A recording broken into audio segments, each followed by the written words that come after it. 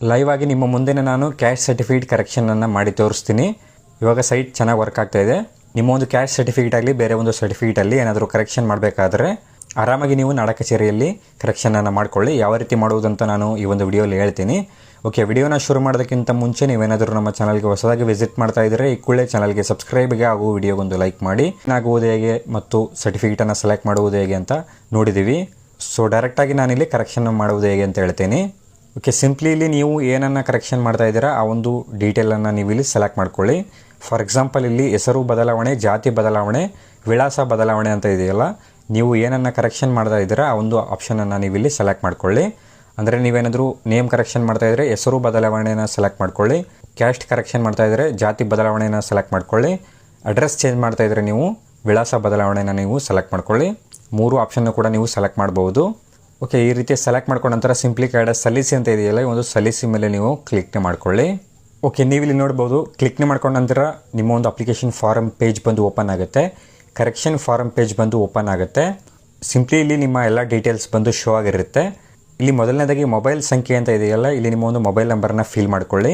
Okay, mobile ನಂಬರ್ನ fill ಮಾಡ್ಕೊಂಡ ನಂತರ OTP ಕಳುಹಿಸಿ ಅಂತ ಇದೆಯಲ್ಲ, ಒಂದು OTP ಕಳುಹಿಸಿ ಮೇಲೆ ಕ್ಲಿಕ್ನೆ ಮಾಡ್ಕೊಳ್ಳಿ. ನೀವು ಎಂಟರ್ ಮಾಡಿರುವಂಥ ಮೊಬೈಲ್ ನಂಬರ್ಗೆ OTP ಬರುತ್ತೆ. ಆ ಒಂದು OTPಯನ್ನು ನೀವು ಇಲ್ಲಿ ಫಿಲ್ ಮಾಡ್ಕೊಳ್ಳಿ. ಸಿಂಪ್ಲಿ ಒಂದು ಫೀಲ್ಡಲ್ಲಿ OTP ಅಂತ ಇದೆಯಲ್ಲ, ಇಲ್ಲಿ OTPಯನ್ನು ಫಿಲ್ ಮಾಡಿಕೊಂಡು ಪರಿಶೀಲಿಸಿ ಅಂತ ಇದೆಯಲ್ಲ, ಒಂದು ಪರಿಶೀಲಿಸಿ ಮೇಲೆ ನೀವು ಕ್ಲಿಕ್ನೆ ಮಾಡ್ಕೊಳ್ಳಿ. ಓಕೆ, ಕ್ಲಿಕ್ನೆ ಮಾಡ್ಕೊಂಡ ನಂತರ ನೀವು ಇಲ್ಲಿ ನೋಡ್ಬೋದು ವೆರಿಫೈಡ್ ಅಂತ ಶೋ ಆಗುತ್ತೆ. ವೆರಿಫೈಡ್ ಅಂತ ಶೋ ಆದ ನಂತರ ಕೆಳಗಡೆ ಸ್ಕ್ರಾಲ್ ಮಾಡ್ಕೊಳ್ಳಿ. ನಂತರ ನಿಮಗೆ ಇಲ್ಲಿ ಆಧಾರ ಪ್ರಕಾರ ಹೆಸರು ಮತ್ತು ವಿಳಾಸವನ್ನು ಮಾರ್ಪಡಿಸಬಹುದು ಅಂತ ಇಲ್ಲಿ ಶೋ ಆಗಿದೆ. ಸಿಂಪ್ಲಿ ಇಲ್ಲಿ ಆಧಾರ್ಗೆ ಮುಂದುವರಿಸಿ ಅಂತ ಇದೆಯಲ್ಲ, ಆಧಾರ್ ಅಥೆಂಟಿಕೇಷನನ್ನು ನೀವು ಇಲ್ಲಿ ಕಂಪ್ಲೀಟ್ ಮಾಡಬೇಕಾಗತ್ತೆ. ಸೊ ಇಲ್ಲಿ ಆಧಾರ್ ಅಥೆಂಟಿಕೇಷನ್ ಮೇಲೆ ನೀವು ಕ್ಲಿಕ್ನೆ ಮಾಡ್ಕೊಳ್ಳಿ. ಕ್ಲಿಕ್ನೆ ಮಾಡ್ಕೊಂಡ ನಂತರ ನಿಮಗೆ ಈ ರೀತಿ ಆಧಾರ್ ಪೇಜ್ ಓಪನ್ ಆಗುತ್ತೆ.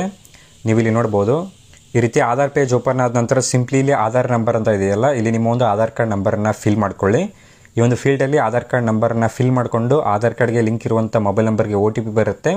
ಆ ಒಂದು OTPಯನ್ನು ಎಂಟರ್ ಮಾಡಿಕೊಂಡು ಇಲ್ಲಿ ಕೆಳಗಡೆ ಎಂಟರ್ OTP ಅಂತ ಇದೆಯಲ್ಲ, ನಿಮ್ಮ ಒಂದು OTPಯನ್ನು ಫಿಲ್ ಮಾಡಿಕೊಂಡು ಸಬ್ಮಿಟ್ ಮೇಲೆ ಕ್ಲಿಕ್ನೆ ಮಾಡಿಕೊಂಡು ನಿಮ್ಮ ಒಂದು ಆಧಾರ್ ಅಥೆಂಟಿಕೇಷನನ್ನು ಕಂಪ್ಲೀಟ್ ಮಾಡ್ಕೊಳ್ಳಿ. ಓಕೆ, ಹಾಗೆ ಆಧಾರ್ ಕಾರ್ಡ್ ಅಥೆಂಟಿಕೇಷನನ್ನು ಕಂಪ್ಲೀಟ್ ಮಾಡ್ಕೊಂಡ ನಂತರ ನಿಮಗೆ ಈ ರೀತಿ ಕರೆಕ್ಷನ್ ಫಾರ್ಮ್ ಓಪನ್ ಆಗುತ್ತೆ. ಇಲ್ಲಿ ನೀವು ಏನನ್ನು ಕರೆಕ್ಷನ್ ಮಾಡ್ತಾ ಇದ್ದೀರಾ ಆ ಒಂದು ಡೀಟೇಲ್ಸನ್ನು ಫಿಲ್ ಮಾಡಬೇಕಾಗತ್ತೆ. ಮೊದಲನೇದಾಗಿ ನೀವೇನಾದರೂ ಇಲ್ಲಿ ನಿಮ್ಮ ಒಂದು ಹೆಸರಲ್ಲಿ ಕರೆಕ್ಷನ್ ಮಾಡ್ತಾ ಇದ್ದರೆ ನೀವಿಲ್ಲಿ ಆಧಾರ್ ಪ್ರಕಾರ ಹೆಸರು ಅಂತ ಇದೆಯಲ್ಲ, ಆಧಾರ್ ಕಾರ್ಡಲ್ಲಿ ಇರುವಾಗ ನೇಮನ್ನು ಕರೆಕ್ಷನ್ ಮಾಡ್ತಾ ಇದ್ದರೆ ನೀವಿಲ್ಲಿ ಕೇರ್ಫುಲ್ಲಾಗಿ ನೋಡ್ಕೊಳ್ಳಿ. ಸ್ಟೆಪ್ ಬೈ ಸ್ಟೆಪ್ ಹೇಳ್ತಾ ಇದ್ದೀನಿ. ಮೊದಲನೇದಾಗಿ ಇಲ್ಲಿ ಆಯ್ಕೆ ಮಾಡಿ ಅಂತ ಇದೆಯಲ್ಲ, ನೀವಿಲ್ಲಿ ನೋಡ್ಬೋದು. ನಿಮಗೆ ಇಲ್ಲಿ ಸೆಲೆಕ್ಟ್ ಮಾಡ್ಕೊಂಡ ನಂತರ ನಿಮಗೆ ಇಲ್ಲಿ 4 ಆಪ್ಷನ್ಸ್ ಶೋ ಆಗುತ್ತೆ. ಇದನ್ನು ಕೇರ್ಫುಲ್ಲಾಗಿ ನೋಡ್ಕೊಳ್ಳಿ, ಮತ್ತೆ ನೀವು ಮುಂದೆ ಅಪ್ಲಿಕೇಶನಲ್ಲಿ ಮಿಸ್ಟೇಕ್ ಮಾಡಲ್ಲ. ಇಲ್ಲಿ ನಿಮಗೆ ಶ್ರೀ, ಶ್ರೀಮತಿ, ಕುಮಾರಿ, ಕುಮಾರ್ ಅಂತ ಶೋ ಆಗಿರುತ್ತೆ. 4 ಆಪ್ಷನ್ಸ್ ಇಲ್ಲಿ ಶೋ ಆಗಿರುತ್ತೆ. ಶ್ರೀನ ಯಾವಾಗ ಸೆಲೆಕ್ಟ್ ಮಾಡಬೇಕು, ಶ್ರೀಮತಿನ ಯಾವಾಗ ಸೆಲೆಕ್ಟ್ ಮಾಡಬೇಕು, ಕುಮಾರಿನ ಯಾವಾಗ ಸೆಲೆಕ್ಟ್ ಮಾಡಬೇಕು ಮತ್ತು ಕುಮಾರನ ಯಾವಾಗ ಸೆಲೆಕ್ಟ್ ಮಾಡಬೇಕು ಅಂತ ನೋಡೋಣ. ಶ್ರೀ ಯಾವಾಗ ಸೆಲೆಕ್ಟ್ ಮಾಡಬೇಕಂದ್ರೆ ಮ್ಯಾರೇಜ್ ಆಗಿದ್ದು ಅಪ್ಲಿಕೆಂಟ್ ಇನ್ ಕೇಸ್ ಮೇಲ್ ಆಗಿದ್ದರೆ ನೀವು ಶ್ರೀನ ಸೆಲೆಕ್ಟ್ ಮಾಡ್ಕೊಳ್ಳಿ. ಶ್ರೀಮತಿನ ಯಾವಾಗ ಸೆಲೆಕ್ಟ್ ಮಾಡಬೇಕಂದ್ರೆ ಮ್ಯಾರೇಜ್ ಆಗಿದ್ದು ಫೀಮೇಲ್ ಆಗಿದ್ದರೆ ನೀವು ಶ್ರೀಮತಿನ ಸೆಲೆಕ್ಟ್ ಮಾಡ್ಕೊಳ್ಳಿ. ಕುಮಾರಿ ಅಂತ ಯಾವಾಗ ಸೆಲೆಕ್ಟ್ ಮಾಡಬೇಕಂದ್ರೆ ಓನ್ಲಿ ಫೀಮೇಲ್ ಆಗಿದ್ದರೆ ಮ್ಯಾರೇಜ್ ಆಗಿಲ್ಲ ಅಂತಂದರೆ ನೀವು ಕುಮಾರಿನ ಸೆಲೆಕ್ಟ್ ಮಾಡ್ಕೊಳ್ಳಿ. ಮತ್ತು ಕುಮಾರನ ಯಾವಾಗ ಸೆಲೆಕ್ಟ್ ಮಾಡಬೇಕಂದ್ರೆ ಓನ್ಲಿ ಮೇಲ್ ಇದ್ದು ಮ್ಯಾರೇಜ್ ಆಗಿಲ್ಲ ಅಂತಂದರೆ ನೀವು ಕುಮಾರನ ಸೆಲೆಕ್ಟ್ ಮಾಡಬೇಕಾಗತ್ತೆ. ಸಿಂಪಲ್ ಇಲ್ಲಿ ಮ್ಯಾರೇಜ್ ಆಗಿಲ್ಲ ಅಂದರೆ ಕುಮಾರಿ, ಕುಮಾರನ ಸೆಲೆಕ್ಟ್ ಮಾಡ್ಕೊಳ್ಳಿ. ಮ್ಯಾರೇಜ್ ಆಗಿದ್ದರೆ ಶ್ರೀ, ಶ್ರೀಮತಿನ ನೀವು ಸೆಲೆಕ್ಟ್ ಮಾಡ್ಕೊಳ್ಳಿ. ಈ ರೀತಿ ನೀವು ಸೆಲೆಕ್ಟ್ ಮಾಡ್ಕೊಳ್ಳಿ. ಓಕೆ, ಸೆಲೆಕ್ಟ್ ಮಾಡ್ಕೊಂಡ ನಂತರ ಕೆಳಗಡೆ ನಿಮಗೆ do you want to change your father ಅಥವಾ ಮದರ್ ನೇಮ್ ಅಂತ ಕೇಳಿದಾರಲ್ಲ, ನೀವು ಫಾದರ್ ಮತ್ತು ಮದರ್ ನೇಮನ್ನು ಕೂಡ ಇಲ್ಲಿ ಚೇಂಜ್ ಮಾಡ್ಬೋದು. ನೀವು ಸ್ಟಾರ್ಟಿಂಗಲ್ಲೇ ಸೆಲೆಕ್ಟ್ ಮಾಡಿಲ್ಲದೆ ಹೋದ್ರೂ ಕೂಡ ಇಲ್ಲಿ ನೀವು ಫಾದರ್ ಅಥವಾ ಮದರ್ ನೇಮನ್ನು ಸೆಲೆಕ್ಟ್ ಮಾಡ್ಬೋದು, ಅಥವಾ ಹಸ್ಬೆಂಡ್ ನೇಮು ಕೂಡ ಇಲ್ಲಿ ಸೆಲೆಕ್ಟ್ ಮಾಡ್ಬೋದು. ಫಾರ್ ಎಕ್ಸಾಂಪಲ್ ನಿಮಗೆ ಚೇಂಜ್ ಮಾಡೋದಕ್ಕೆ ಇಲ್ಲಿ ಎಸ್ಸನ್ನು ಸೆಲೆಕ್ಟ್ ಮಾಡ್ಕೊಳ್ಳಿ. ಎಸ್ಸನ್ನು ಸೆಲೆಕ್ಟ್ ಮಾಡ್ಕೊಂಡ ನಂತರ ನಿಮಗೆ ಈ ರೀತಿ ಓಪನ್ ಆಗುತ್ತೆ. ಓಪನ್ ಆದ ನಂತರ ನಿಮಗೆ ಇಲ್ಲಿ ತಂದೆ ಅಥವಾ ಗಂಡನ ಹೆಸರು ಅಂತ ಇದೆಯಲ್ಲ, ಕೇರ್ಫುಲ್ಲಾಗಿ ನೋಡ್ಕೊಳ್ಳಿ. ಹಸ್ಬೆಂಡ್ ನೇಮ್ ಯಾರೆಲ್ಲ ಮದುವೆ ಆಗಿ ಹಸ್ಬೆಂಡ್ ನೇಮ್ನ ಮೆನ್ಷನ್ ಮಾಡ್ಬೇಕು ಅಂದ್ಕೊಂಡಿದ್ದೀರಾ, ಕರೆಕ್ಷನ್ ಮಾಡ್ಬೇಕು ಅಂದ್ಕೊಂಡಿದ್ದೀರಾ, ಆ ಒಂದು ಅಪ್ಲಿಕೆಂಟ್ಸ್ ನೀವೆಲ್ಲ ಇಲ್ಲಿ ಆಯ್ಕೆ ಅಂತ ಇದೆಯಲ್ಲ, ಇಲ್ಲಿ ನೀವು ಫಾದರ್ ನೇಮ್ನ ಚೇಂಜ್ ಮಾಡಬೇಕಾದ್ರೆ ನಿಮಗೆ ಇಲ್ಲಿ ಸೆಲೆಕ್ಟ್ ಮಾಡ್ಕೊಂಡ ನಂತರ ನೀವು ಇಲ್ಲಿ ನೋಡ್ಬೋದು. ಫಾದರ್ ನೇಮನ್ನು ಚೇಂಜ್ ಮಾಡಬೇಕಾದ್ರೆ ನೀವಿಲ್ಲಿ ಬಿನ್ನನ್ನು ಸೆಲೆಕ್ಟ್ ಮಾಡ್ಕೊಳ್ಳಿ. ಅಥವಾ ಹಸ್ಬೆಂಡ್ ನೇಮನ್ನು ಚೇಂಜ್ ಮಾಡಬೇಕಾದ್ರೆ ನೀವಿಲ್ಲಿ ಕೋಮ್ ಅಂತ ಸೆಲೆಕ್ಟ್ ಮಾಡ್ಕೊಳ್ಳಿ. ಫೀಮೇಲ್ ಅಪ್ಲಿಕೆಂಟ್ಗೆ ಹೇಳ್ತಾ ಇದ್ದೀನಿ. ಮ್ಯಾರೇಜ್ ಆಗಿ ನೀವು ನಿಮ್ಮ ಹಸ್ಬೆಂಡ್ ನೇಮನ್ನು ಕರೆಕ್ಷನ್ ಮಾಡ್ತಾ ಇದ್ದರೆ ನೀವಿಲ್ಲಿ ಕೋಮನ್ನು ಸೆಲೆಕ್ಟ್ ಮಾಡ್ಕೊಳ್ಳಿ. ಅಥವಾ ಫಾದರ್ ನೇಮ್ ಸೆಲೆಕ್ಟ್ ಮಾಡ್ತಾ ಇದ್ದರೆ ಫೀಮೇಲ್ ಇರಲಿ ಮೇಲ್ ಇರಲಿ ಬಿನ್ನನ್ನು ಸೆಲೆಕ್ಟ್ ಮಾಡ್ಕೊಳ್ಳಿ. ಅರ್ಥ ಆಗಿದೆ ಅಂದ್ಕೊಂಡಿದ್ದೀನಿ. ಅದಾದ ನಂತರ ನೀವು ಕನ್ನಡದಲ್ಲಿ ಮತ್ತು ಇಂಗ್ಲೀಷಲ್ಲಿ ಏನನ್ನು ಚೇಂಜ್ ಮಾಡ್ಬೇಕು ಅಂದ್ಕೊಂಡಿದ್ದೀರಾ ಆ ಒಂದು ನೇಮನ್ನು ಫಿಲ್ ಮಾಡ್ಕೊಳ್ಳಿ. ಮದರ್ ನೇಮಲ್ಲೂ ಅಷ್ಟೇ ಮದರ್ ನೇಮನ್ನು ಮೆನ್ಷನ್ ಮಾಡ್ಕೊಳ್ಳಿ. ಇಲ್ಲಿ ಅಗತ್ಯವಿರುವ ದಾಖಲೆಗಳು ಅಂತ ಇದೆಯಲ್ಲ, ನೀವು ಚೇಂಜ್ ಮಾಡಿದ ನಂತರ ಅವರ ಒಂದು ಸರ್ಟಿಫಿಕೇಟನ್ನು ನೀಡಬೇಕಾಗತ್ತೆ.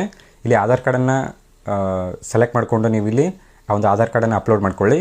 ಫಾದರ್ ಅಥವಾ ಹಸ್ಬೆಂಡ್ ನೇಮನ್ನು ಚೇಂಜ್ ಮಾಡ್ತಾ ಇರ್ತೀರಲ್ಲ, ಅವರ ಒಂದು ಆಧಾರ್ ಕಾರ್ಡನ್ನು ನೀವು ಅಪ್ಲೋಡ್ ಮಾಡಬಹುದು. ಓಕೆ, ನಾನಿಲ್ಲಿ ಚೇಂಜ್ ಮಾಡ್ತಾ ಇಲ್ಲ, ನೋ ಅನ್ನು ಸೆಲೆಕ್ಟ್ ಮಾಡ್ತಾ ಇದ್ದೀನಿ. ಕೆಳಗಡೆ ನೀವು ಇಲ್ಲಿ ನೋಡ್ಬೋದು, ಯಾರೆಲ್ಲ ಅಡ್ರೆಸ್ಸನ್ನು ಚೇಂಜ್ ಮಾಡ್ತಾ ಇದ್ದಾರೆ ಅಡ್ರೆಸ್ಸನ್ನು ಕೂಡ ನೀವು ಇಲ್ಲಿ ಚೇಂಜ್ ಮಾಡ್ಬೋದು. ಅಡ್ರೆಸ್ಸಲ್ಲಿ ನಿಮಗೆ ಪಿನ್ ಕೋಡ್, ಜಿಲ್ಲೆ, ತಾಲೂಕು, ಪಟ್ಟಣ ಮತ್ತು ವಾರ್ಡ್ ಅಂತ ಇದೆಯಲ್ಲ, ಇಲ್ಲಿ ನೀವು ನಿಮ್ಮ ಒಂದು ಅಡ್ರೆಸ್ಸನ್ನು ಸೆಲೆಕ್ಟ್ ಮಾಡ್ಕೊಳ್ಳಿ. ವಿಲೇಜ್ ಸ್ಟೂಡೆಂಟ್ ಇದ್ದರೆ ನೀವು ಇಲ್ಲಿ ಗ್ರಾಮೀಣ ಪ್ರದೇಶ, ನಗರ ಪ್ರದೇಶ ಅಂತ ಇದೆಯಲ್ಲ, ಗ್ರಾಮೀಣ ಪ್ರದೇಶನ ನೀವು ಸೆಲೆಕ್ಟ್ ಮಾಡ್ಕೊಳ್ಳಿ. ವಿಲೇಜ್ ಅಪ್ಲಿಕೆಂಟ್ ಇದ್ದರೆ ಗ್ರಾಮೀಣ ಪ್ರದೇಶ ಅಂತ ಸೆಲೆಕ್ಟ್ ಮಾಡಿಕೊಂಡು ತಾಲೂಕು, ಜಿಲ್ಲೆ, ಗ್ರಾಮನ ನೀವು ಸೆಲೆಕ್ಟ್ ಮಾಡ್ಬೋದು. ಈ ರೀತಿ ನೀವು ಅಡ್ರೆಸ್ ಕೂಡ ಚೇಂಜ್ ಮಾಡ್ಬೋದು. ಓಕೆ, ಎಲ್ಲ ಡೀಟೇಲ್ಸನ್ನು ಚೇಂಜ್ ಮಾಡ್ಕೊಂಡ ನಂತರ ಕರೆಕ್ಟಾಗಿ ಒಂದ್ಸರಿ ಚೆಕ್ ಮಾಡಿಕೊಂಡು ಕೆಳಗಡೆ ನೀವು ಮಾರ್ಪಡಿಸಲು ಬಯಸುವಿರಾ ಅಂತ ಕೇಳಿದಾರಲ್ಲ, ನೀವು ಇಲ್ಲಿ ಎಸ್ಸನ್ನು ಸೆಲೆಕ್ಟ್ ಮಾಡ್ಕೊಳ್ಳಿ.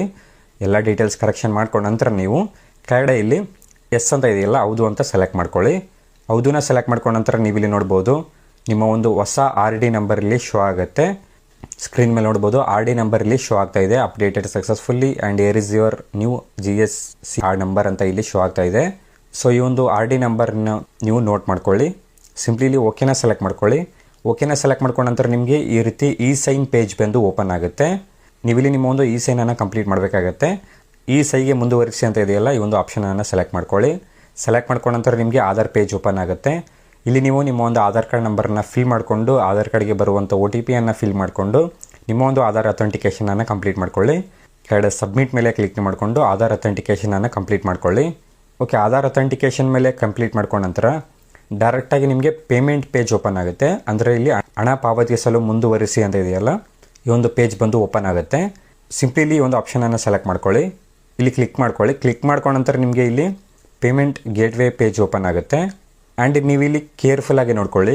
ಈ ಸೈ ಮಾಡ್ಕೊಂಡ ನಂತರ ನೀವು ಪೇಮೆಂಟ್ ಮೇಲೆ ಕ್ಲಿಕ್ ಮಾಡ್ಕೊಂಡ ನಂತರ ಪಾವತಿಸಬೇಕಾದ ಮೊತ್ತ ಅಂತ ಇದೆಯಲ್ಲ, ಇಲ್ಲಿ 0 ಅಂತ ಶೋ ಆಗ್ತಾ ಇದೆ. ಅಂದರೆ ನಿಮಗೆ ಯಾವುದೇ ಫೀ ಇಲ್ಲ ಅಂತ ಅರ್ಥ ಅಲ್ಲ. ಅಪ್ಲಿಕೇಶನ್ ಫೀ ಇರುತ್ತೆ, 40 ರೂಪೀಸ್ ಅಥವಾ 50 ರೂಪೀಸ್ ಅಪ್ಲಿಕೇಶನ್ ಫೀ ಇರುತ್ತೆ. 100% ಅಪ್ಲಿಕೇಶನ್ ಫೀ ಇರುತ್ತೆ.